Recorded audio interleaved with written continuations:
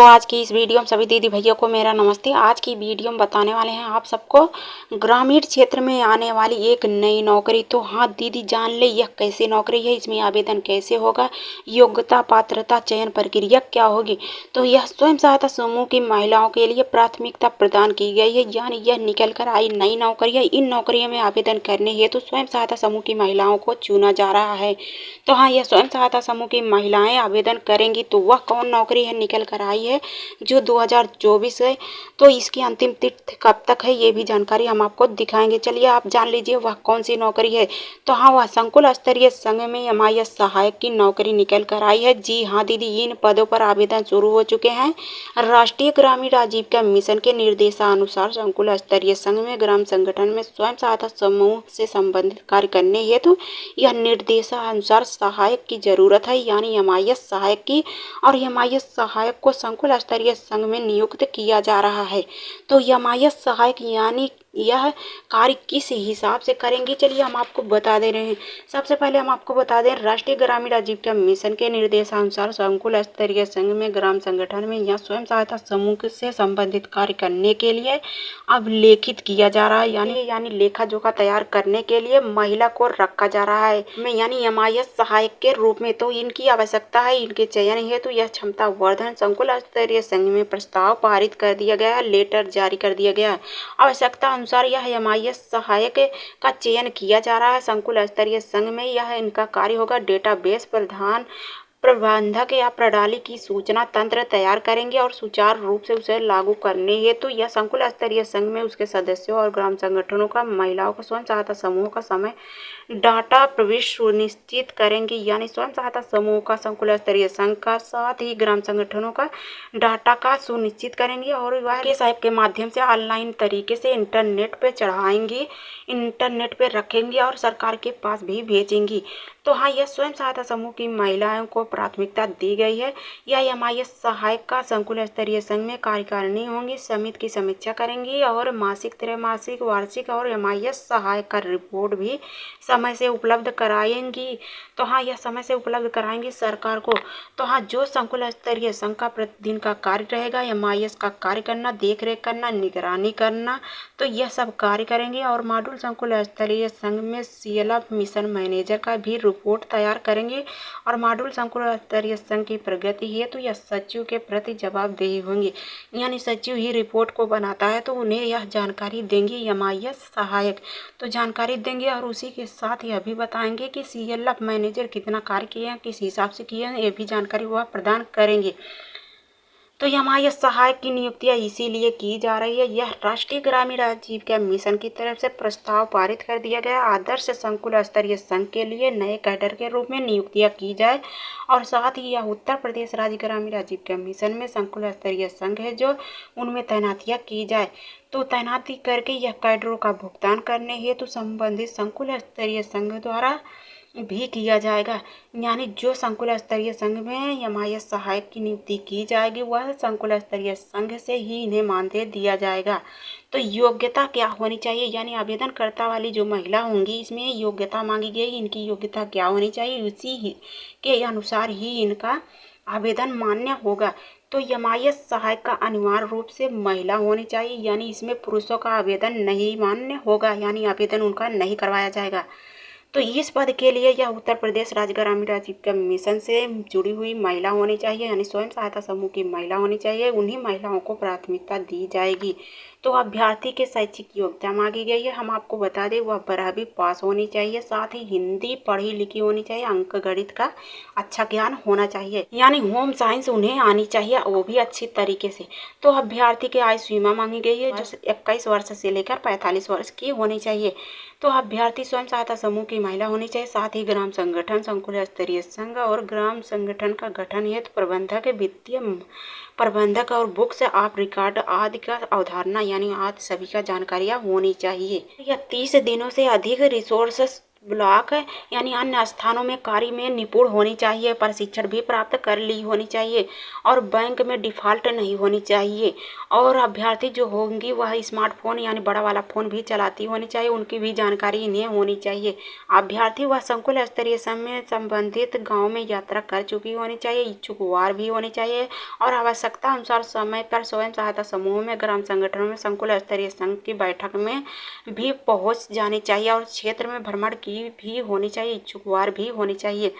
तो हाँ, यह बाहर और अंदर दोनों ही एक्सपोजर होनी चाहिए, यात्रा में, प्रशिक्षण में और इच्छुक वार होनी चाहिए। यानी आने जाने में जब इन्हें नौकरी प्रदान कर दी जाएगी तो इन्हें बाहर आने जाने में कोई भी आपत्ति नहीं होनी चाहिए और यह ग्राम संगठन में और संकुल स्तरीय संघ में स्वयं सहायता समूह की बैठक में भी जानी चाहिए। तो एमआईएस सहायक भारत सरकार के द्वारा या राज्य सरकार के द्वारा पंजीकृत कराया जा रहा है। तो ये जो महिला इच्छुकवार होंगी वह आवेदन कर सकती हैं। इस संस्था के अनुसार कम से कम 6 महीने तक कंप्यूटर का कोर्स भी तैयार की होनी चाहिए, यानी कोर्स की जानकारी होनी चाहिए, सॉफ्टवेयर का कोर्स की जानकारी होनी चाहिए, साथ ही सर्टिफिकेट भी होनी चाहिए। जो महिला कंप्यूटर की पूरी जानकारी रखती होगी और उन्हें कंप्यूटर की पूरी जानकारी आती होगी वही महिला इसमें आवेदन कर सकती है एमआईएस सहायक के रूप में। तो हाँ, ये किसी भी परिस्थिति में संकुल स्तरीय संघ में एमआईएस सहायक में होम संकुल स्तरीय संघ में काम करने की अनुमति नहीं दी जाएगी। यानी जो समूह की महिला इच्छुकवार होगी, आवेदन करेगी, वह महिला अपने संकुल स्तरीय संघ में नियुक्त होने से नहीं दिया जाएगा, यानी उन्हें अन्य संकुल स्तरीय संघ में रखा जाएगा। तो हाँ, यह इतना इनका योग्यता होनी चाहिए, इसी योग्यता के अनुसार इसमें आवेदन करवाए जाएंगे। तो जो इच्छुकवार महिला हैं आवेदन कर सकती हैं। तो उनका चलिए हम आपको बता दे रहे हैं उनका कार्य क्या होगा, किस हिसाब से वह कार्य करेंगी। तो उनका कार्य वही होगा कि उन्हें जानकारियाँ प्राप्त करनी होनी चाहिए और साथ ही संकलित होनी चाहिए और सूचना तैयार करने हेतु उद्घाटित होनी चाहिए। तो हाँ, यह एमआईएस सहायक का कार्य होगा कि वह एमआईएस डाटा यानी इन्फॉर्मेशन जो होगा वह प्रबंधित कार्य करने के लिए जिम्मेदार होंगी। तो एमआईएस सहायक जो होंगी वह एमआईएस के रूप में वह डाटा फीड करेंगे और इन्फॉर्मेशन इन्हें पूरी रहनी चाहिए, इन्हें प्रतिबद्ध भी रखनी चाहिए और जिम्मेदारियों के साथ यह कार्य करेंगी।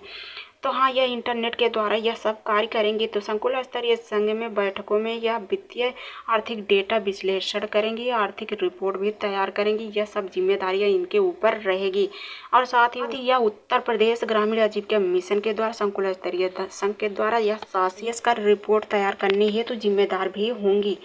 तो हाँ, यह संकुल स्तरीय संघ में सुचारू रूप से चलाने हेतु तो सीएलएफ जो प्रबंधक होंगे उनकी भी मदद करनी होगी। तो यह एमआईएस सहायक का कार्य होगा, इसी कार्य के हिसाब से इनको नियुक्त किया जाएगा, यह सब कार्य करना पड़ेगा इनको।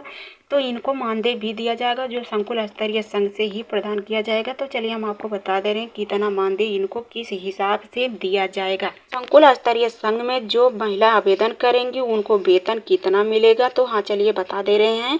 तो जो स्वयं सहायता समूह की महिला होंगी, इच्छुकवार महिला होंगी, उनको मानदेय दिया जाएगा जो कि किस हिसाब से दिया जाएगा। तो हाँ, आपको यह बता दें कि यदि सीएलएफ का पैसा लेन देन करने हेतु 1 करोड़ तक रहेगा तो उनको 5,000 रुपये प्रति महीना दिया जाएगा। अगर 1 करोड़ से 2 करोड़ तक होगा तो उन्हें 6,000 रुपये दिया जाएगा।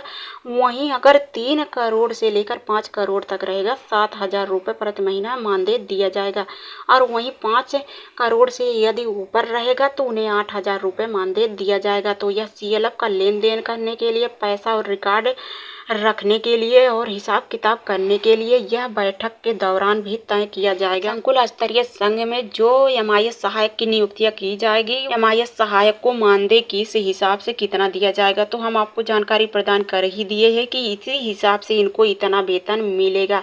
तो यह फंड संकुल स्तरीय संघ ही तय करता है, वही इसका वेतन भी देता है। तो हाँ, यह संकुल स्तरीय संघ में नियुक्त होने वाली महिला इच्छुकवार होनी चाहिए, साथ ही कार्य योग्यता यही इनकी होनी चाहिए। इसी हिसाब से यह आवेदन करके इसमें अच्छा खासा मानदेय कमा सकती हैं। तो हाँ, यह स्वयं सहायता समूह की महिलाओं को प्राथमिकता दी गई है। साथ ही यह महिलाएं पैसा का रिकॉर्ड भी रखेंगे, हिसाब किताब रखेंगे और बैठक करवाएंगी। CLF संकुल स्तरीय संघ में जाना आना भी पड़ेगा और साथ ही पैसा का लेन देन भी करवाना पड़ेगा, ब्याज भी जमा करना पड़ेगा और साथ ही बैंक में भी जाना पड़ेगा। तो यह सब कार्य करेंगी। MIS सहायक दीदी को लोकेश ऐप के माध्यम से भी कार्य करना पड़ेगा। MIS सहायक दीदी जो होंगी MIS के माध्यम से यानी इंटरनेट के माध्यम से, कंप्यूटर के माध्यम से यह सब कार्य करेंगे। जैसे कि ग्राम संगठन संकुल स्तरीय संघ में MIS के माध्यम से सब पता चलता है कि यह सरकारी पैसा कितना आया है और कितना इसमें जमा किया गया है, सब जानकारियाँ मिलती है संकुल स्तरीय संघ में। और यह संकुल स्तरीय संघ में सब जानकारियाँ मिलते हुए यह जो संकुल स्तरीय संघ में MIS सहायक दीदी है वह कंप्यूटर के माध्यम से सब अपडेट भी करती रहती हैं, सरकार के पास भेजती भी रहती हैं कि इतने पैसे का लेन देन हो रहा है, कितना पैसा CLF में है और कितना पैसा ग्राम संगठन में है, यह भी कार्य करती हैं। तो सारी जानकारियाँ यह निकालती रहती हैं और भरती रहती हैं, सभी रिपोर्ट को तैयार करती रहती हैं। और यह संकुल स्तरीय संघ में ये दीदियाँ MIS सहायक के रूप में नियुक्त भी हो रही हैं। तो इच्छुकवार महिलाएं आवेदन कर सकती हैं। साथ ही स्वयं सहायता समूह की महिलाओं को प्राथमिकता दी गई है। तो हाँ, यह सरकार के द्वारा पत्र भी जारी कर दिया गया है। तो हम आपको ये भी दिखा दे रहे हैं कि इनका डेट कब से कब तक है। तो हाँ, चलिए हम आपको बता दे रहे हैं। इसमें जो आवेदनकर्ता हेतु महिला होंगी यानी MIS सहायक के रूप में वह आवेदन करेंगी।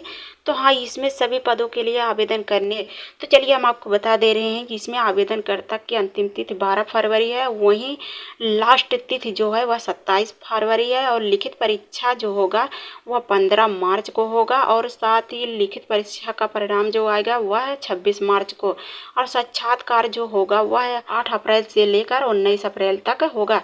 तो हाँ, यह मिशन मुख्यालय का अंतिम परिणाम जो सूचित किया जाएगा वह 29 अप्रैल होगा। यह 2024 में निकल कर आई नई अपडेट, इन्हें परिणामों के स्वरूप इन्हें सूचित कर दिया जाएगा कि अंतिम डेट तक इनको किसका आवेदन हुआ है, किसका नहीं, किसकी नियुक्ति हुई, किसकी नहीं। तो संकुल स्तरीय संघ में इनकी नियुक्तियां की जाएंगी, इनकी भर्तियां ले ली जाएगी। जो भी इच्छुकवार महिलाएं आवेदन कर सकती हैं। तो हाँ, इनका प्रशिक्षण भी होगा और साथ ही लिखित परीक्षा भी होगा, साक्षात्कार भी होगा, तो प्रशिक्षण भी होगा। तो चलिए हम आपको जानकारी दे रहे हैं। तो लिखित परीक्षा कितने अंकों तक इनको दिया जाएगा। तो हाँ, जो MIS सहायक दीदी होंगी उनको प्रशिक्षण दिया जाना पड़ेगा और प्रशिक्षण के दौरान उनको सिखाया भी जाएगा। तो हाँ, चलिए हम आपको सबसे पहले बता दे रहे हैं जो लिखित परीक्षा का साक्षात्कार किया जाएगा वह कहाँ किया जाएगा। तो हाँ, यह लिखित परीक्षा का साक्षात्कार जनपद स्तर में आयोजित किया जाएगा। जो संकुल स्तरीय संघ का कार्यकारिणी और समिति द्वारा चयन किया जाएगा उसे पूर्ण करने के लिए यह उप समिति का गठन किया जाएगा और उप समिति ही इसमें संकुल स्तरीय संघ के कार्यकारिणी समिति के सदस्यों का शासी और निकाय का कार्य करेंगे और साथ ही सदस्य यानी उपर्युक्त स्वतः रोजगार के माध्यम से उत्तर प्रदेश राज्य ग्रामीण के जो भी चयनित लोग होंगे, चयनित उम्मीदवार होंगे, उन्हें लिखित परीक्षा में आयोजित किया जाएगा और चयन किया जाएगा। तो चयन के दौरान उन्हें यह सब जानकारियां होनी चाहिए कि ग्राम संगठन में, स्वयं सहायता समूह में, संकुल स्तरीय संघ में लेखा जोखा, बैठक, बचत, सभी जानकारियां होनी चाहिए। तो जानकारियों के साथ इन्हें का लिखित परीक्षा जो होगा वह 100 अंकों वाला परीक्षा होगा। 100 अंकों वाले में से आपको 50% साक्षात्कार कराना पड़ेगा, यानी सही होना चाहिए और यही योग्य माने जाएंगे। एक इंटरव्यू भी कराए जाएंगे जो कि साक्षात्कार उपर्युक्त स्वतः रोजगार अध्यक्षता में आयोजित किया जाएगा जिला मिशन प्रबंधक के द्वारा। यह SMCB संयोजक की भूमिका होगी इसमें। तो हाँ, यह साक्षात्कार प्रस्तुतिकरण कराएंगे, अनुभवी होंगे, प्रशिक्षण कौशल के आधार पर, अंकों के आधार पर दिए जाएंगे। तो लिखित परीक्षा का साक्षात्कार आधार पर यह सर्वश्रेष्ठ माने जाएंगे। उम्मीदवार महिला ही के लिए संकुल स्तरीय संघ में यह MIS सहायक के रूप में चयनित किए जाएंगे। तो यह प्राप्तक जो होंगे वह नोटिस बोर्ड प्रदर्शित की जाएगी जिसमें वह सर्वश्रेष्ठ माने जाएंगे। मार्कशीट भी उपलब्ध कराई जाएगी। तो उनको साथ ही प्रशिक्षण भी दिलाया जाएगा, यानी 10 दिवसीय प्रशिक्षण, यानी उन्हें कौशल बनाया जाएगा, उन्हें सिखाया जाएगा कि संकुल स्तरीय संघ में कैसे क्या कार्य करना पड़ेगा, कैसे क्या उसमें सारी जानकारियाँ बताई जाएगी। तो संकुल स्तरीय संघ में प्रबंधक का चयन उपरांत कार्य करने की जिम्मेदारियों के बारे में 10 दिवसीय उन्मुखी प्रशिक्षण यानी उन्मुखी प्रशिक्षण दिया जाएगा। उन्हें वहाँ पे रहकर प्रशिक्षण देना पड़ेगा। यह मिशन मुख्यालय राज्य ट्रेनिंग संस्थान में कराया जाएगा। वहीं पे संकुल स्तरीय संघ में संकुल स्तरीय संघ के जो भी MIS सहायक दीदियाँ होंगी वहाँ पर जाकर यह प्रशिक्षण देंगे और यह उत्तर प्रदेश राज्य ग्रामीण आजीविका मिशन के द्वारा प्रेषित प्रशिक्षण का मार्गदर्शिता करते हुए समय अनुसार यह प्रशिक्षण को पास करते हुए सुनिश्चित करते हुए वह संकुल स्तरीय संघ में नियुक्त की जाएंगी। तो यह उत्तर प्रदेश राज्य ग्रामीण आजीविका मिशन की तरफ से मॉड्यूल के तरफ से जानकारियाँ प्रदान कराई जाएंगी संकुल स्तरीय संघ के दीदियों को। यह संकुल स्तरीय संघ की दीदियाँ जो होंगी ब्लॉक से, जिले से या प्रबंधक इकाइयाँ जो होंगे उन्हें भी उपलब्ध कराई जाएंगी। सब कार्य करेंगे संकुल स्तरीय संघ की दीदियाँ यह कार्य करते हुए पालन करते हुए वह कार्यालय पे भी नियुक्त की जाएंगी। जो सफल उम्मीदवार होंगे संकुल स्तरीय संघ में MIS के रूप में उन्हें विधिवत रूप से हस्ताक्षरित किए जाएंगे। संकुल स्तरीय संघ में लेटर हेड के द्वारा यह उन्हें नियुक्त किया जाएगा और प्रमाण पत्र भी उपलब्ध कराया जाएगा। तो यानी उन्हें संकुल स्तरीय संघ में जनादेश दिया जाएगा और जनादेश देते हुए वह नौकरियों की जिम्मेदारी दी जाती है और मानदेय भी स्पष्ट रूप से तय किया जाता है और वह स्वीकृत किया जाता है, हस्ताक्षरित किया जाता है, बायोडाटा उपलब्ध कराया जाता है कार्यालय का और फाइल भी दिया जाता है क्या कार्य करना होगा। तो सब जानकारियाँ देते हुए सब बताते हुए उन्हें वहाँ पे नियुक्त करते हुए यह कि संकुल स्तरीय संघ में MIS सहायक के रूप में। तो MIS सहायक का कार्य यही होता है, प्रशिक्षण यही होता है, योग्यता उनकी यही होती है। सब जानकारी आपको विस्तार पूर्वक बता ही दिए हैं। तो हमारी जानकारी यदि अच्छी लगे चैनल को सब्सक्राइब और वीडियो को लाइक जरूर करें।